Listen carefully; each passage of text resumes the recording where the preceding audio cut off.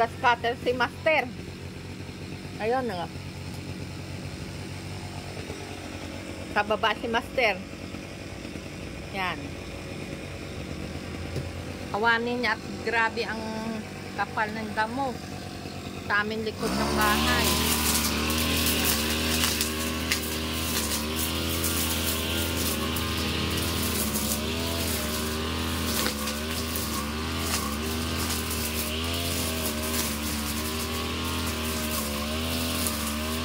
Grabe ang init ngayon dito sa amin. Sobrang init. Kaya sinasamantala niya habang walang tubig, ginahawan niya para pag magtagulan man, wala nang damo sa likod. Matatalsikan. Para wala nang damo sa likod na oras ng tagulan.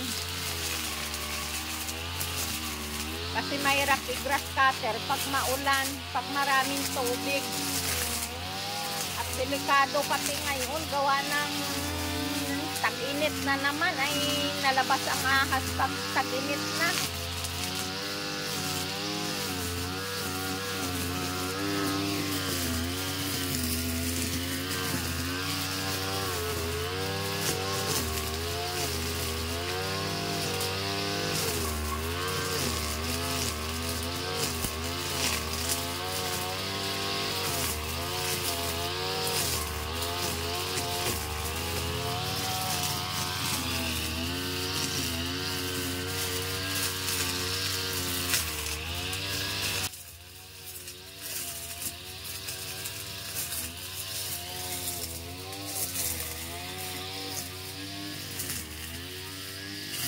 Maganda tingnan pag malinis ang likod kasi ito ay kalawakan itong likod namin. May tabon lang ang puno ay. Oh. Kalawakan niya puro damo. Wala si may nagtatalo kasi.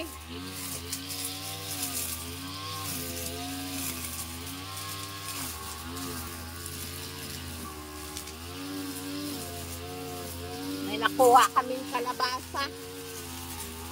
Yan sa baba. Ang hirap magpasunod at baka talsikan sa mata.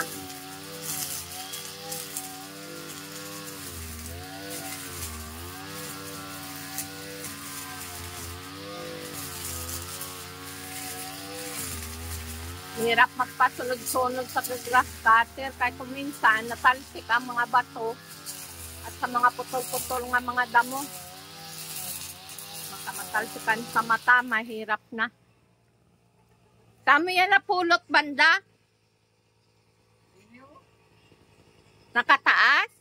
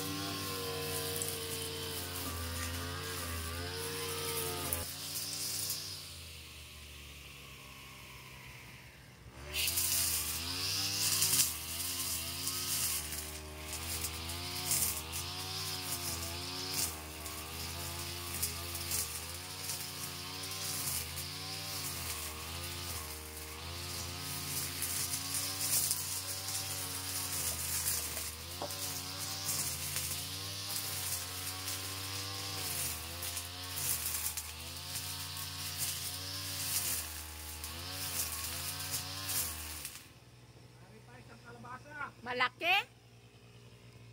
Tingnan. Nagkaigid pala dyan ang mga tinatabunan. Ay ano yan? Parang looy na yan. Yan ay yung hindi marigat.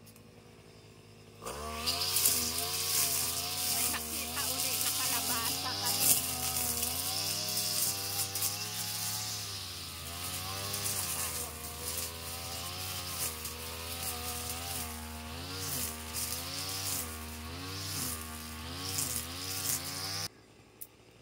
Ano, putol ng bala?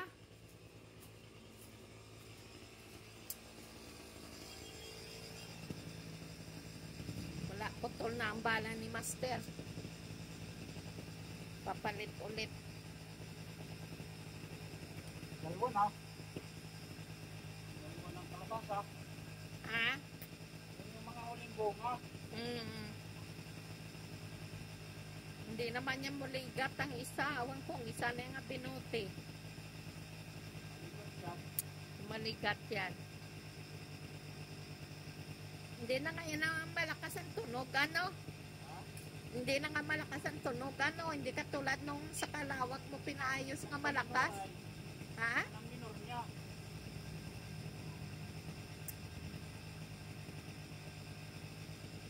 Sa Kalawag, walang minor. Oo, malakas ang tunog.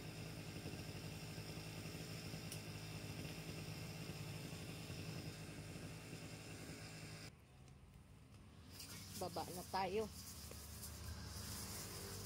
Dito sa likod. Yan. Ayan na. Kaya ko lang lumapit at baka matalsikan tayo. Ganyan ang aming palibot. Dini.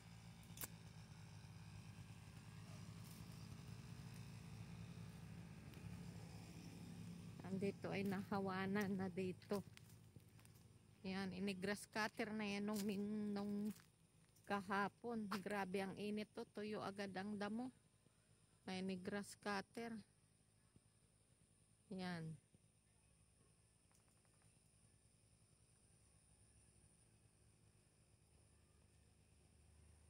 Sobrang init. Nag-aalala kami sa aming talok.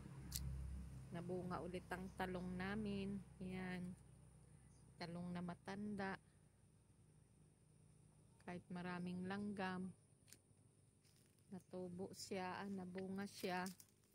Yung papaya namin, kahit maigsi, ang daming bunga. Yan.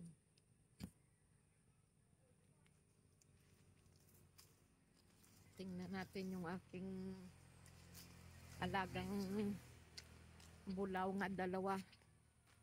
Dito ngayon sa amin ay nauso na naman ngayon ang ang sakit na ASF, swine fever, flu. Sakit ng mga baboy. Pabalik-balik na lang. Pabalik-balik yung ganong sakit. Ayan o. Malalaki na sila. Yan. Ari yung may sakit na los-los. Malaki na rin. Yan ay gawain kong inahin. Yang isa na yan. Yan. Gawin ko inahin yan. Ari ay pangminta. Tingnan mo. Yan, may los-los. Painumin kong tubig. Nauuhaw yan.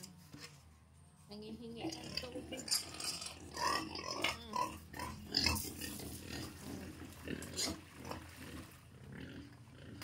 Uhaw sa sobrang init.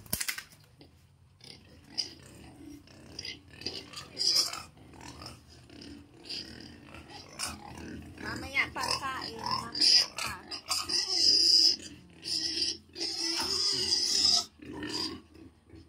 Mamaya ang kain niyo. Pwera ba lab sila.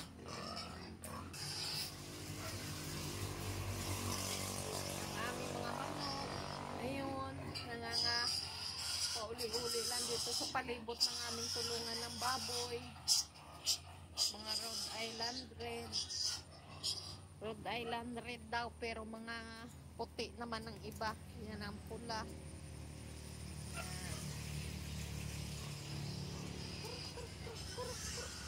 Chik chik chik chik chik.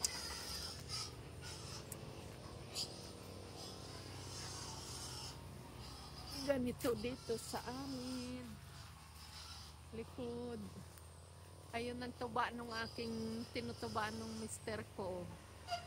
Ayun o, malami ng laman i-zoom ko. Yun, marami na. Kanina lang yung kinuhaan ng tuba. Ngayon o, kalahati na naman ng 1.5. Ginagawa namin suka yan.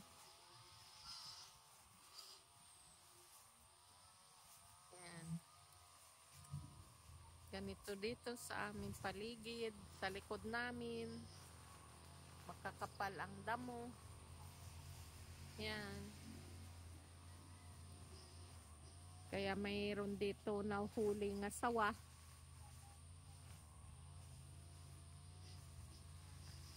Yan.